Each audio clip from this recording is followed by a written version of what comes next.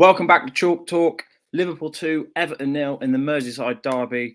I'm going to analyse the game here and Liverpool's tactics in particular. I was there in the Cop End with my old man. The most surreal, incredible atmosphere. It was like a out-of-body experience being in the Cop End there, especially when the players come out and they're singing "You'll Never Walk Alone." It was like a most spine-tingling experience, and I'd recommend it for everyone.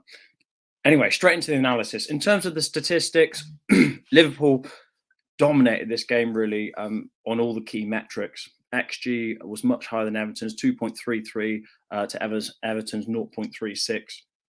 2.33 actually being higher than Man City's average XG throughout the Premier League so far this season. So Liverpool were very much in control of this game. Ball possession 59% to the 41 of Everton's. Now, being there in the stands, it felt much higher than this. It felt like Liverpool had 80, 90% of the ball. However, obviously, they were actually in total control of the game, despite only looking 59% there. Shots on target 15-6. I think Everton only had really one decent chance where they hit the post, and obviously Liverpool countered and scored from that. But Liverpool absolutely in control on all these key metrics.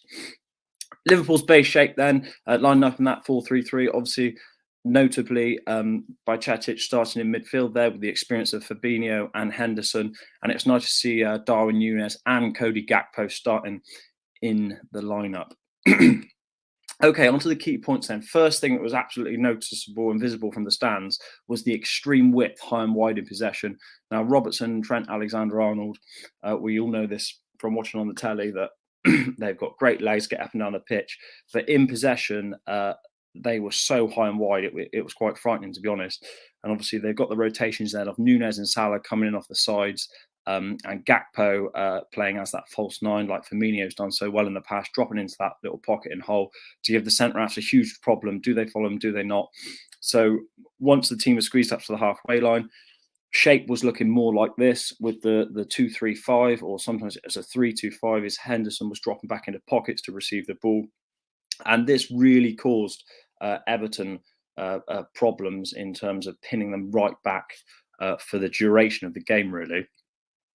And that leads on to the second key point of that front line of five, pinning Everton back.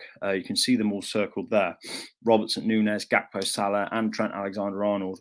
Everton had a real problem trying to get out. Obviously, they're defending in a low block in a 4-5-1 most of the game.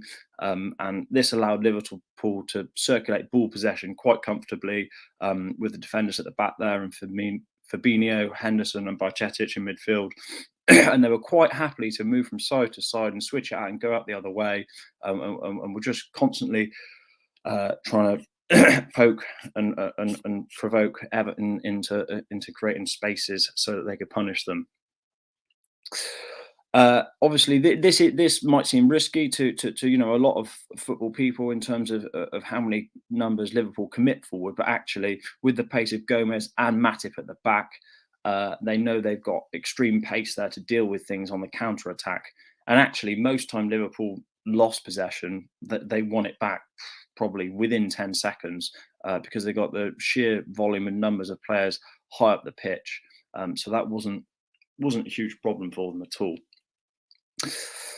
Third key point is these flexible triangles. Now we hear Pep Lijnders, Liverpool's assistant manager, talk about these a lot, and it was really nice to see these in action. You can see the outside left triangle there of Bajcetic, Núñez, and Robertson, and then the right-sided triangle of Henderson, Salah, and Arnold, Trent Alexander-Arnold. And this really allowed Liverpool in those sort of half spaces, inside channels, and wide areas to. They've always got a passing option. Midfielders, Bajcetic and Henderson, are always supporting these front players to be able to circulate the ball and come out the other way so that they can recycle possession at any point. And Liverpool controlled possession. There was no two ways about that.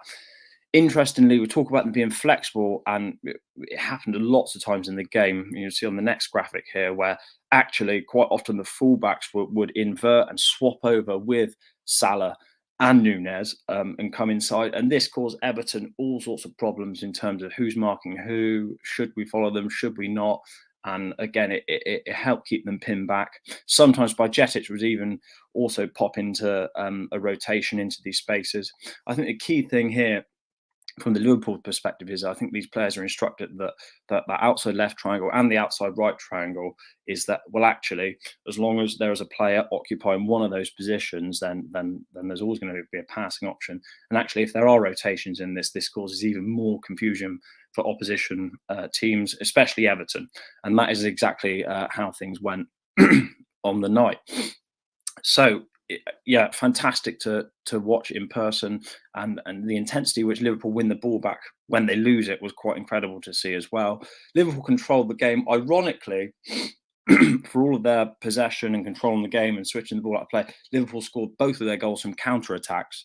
Obviously, the first one was when Everton hit the post. Nunes broke away down the left, but the speed of Cody Gakpo and Nunes on that break, and I think Robertson and Salah. Obviously, Salah got the goal on the first goal, breaking forward to score was absolutely frightening. Everton could just not deal with the pace of those players on the two counter attacks that Liverpool scored.